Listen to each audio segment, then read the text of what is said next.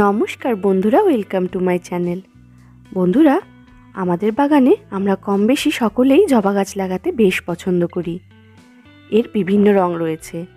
আমার এই সাদা জবা গাছ লাগানোর বহুদিনের ইচ্ছে ছিল, তাই আমি নার্সারি থেকে একটা সাদা জবা গাছের চারা এনেছিলাম এবং গাছটা প্রথম থেকেই বেশ হেলদি ছিল এবং গাছ ভর্তি কুড়িও ছিল। দুদিনের মধ্যেই গাছে ফুল ফুটেছিল, যেটা দেখুন কি সুন্দর দেখতে লাগছে। চলুন বন্ধুরা, আর দেরি না করে দেখে নেওয়া যাক এই জবা গাছটি কিভাবে লাগানো হয়েছিল। আমি বাগানে জবা গাছ লাগানোর জন্য কেমন মাটি ব্যবহার করি এবং সেই জবা গাছগুলো বড় হয়ে কেমন ফুল দেয়, পুরোটাই এই ভিডিওটাতে আমি আপনাদের সাথে শেয়ার করার চেষ্টা করব। গাছটা নিয়ে আসার পর সঙ্গে সঙ্গে কিন্তু রিপোর্টিং করা হয়নি। দুদিন রেখে দেওয়ার পর গাছটার রিপোর্টিং করা হয়েছিল। আর দেখুন বন্ধুরা, গাছ ভর্তি কুড়ি, এত দেখতে ভালো লাগছিল যে কি বলবো। যখন গাছ ভরে ফুল আসবে কেমন দেখতে লাগবে সেটাই ভাবছিলাম। প্রথমেই গ্রো ব্যাগটাকে সাবধানে এভাবে খুলে নিতে হবে।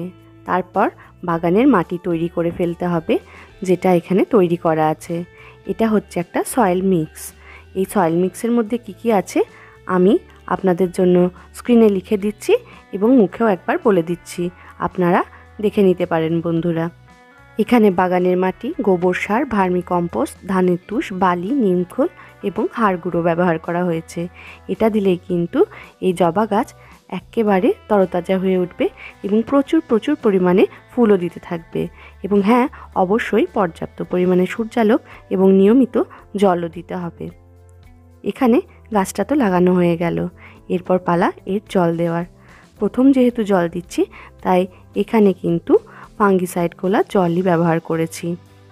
এরপর থেকে প্রতিদিন নিয়মিত যে নর্মাল ওয়াটারটা আমরা দিয়ে থাকি সেটাই দেব। এরপর কিছুদিন পরের আপডেট আপনাদের সাথে শেয়ার করছি বন্ধুরা। দেখুন গাছটা কতটা বড় হয়ে গেছে এবং প্রত্যেক দিন এই গাছে 3 থেকে 4টে করে কমপক্ষে ফুল ফুটেই থাকে।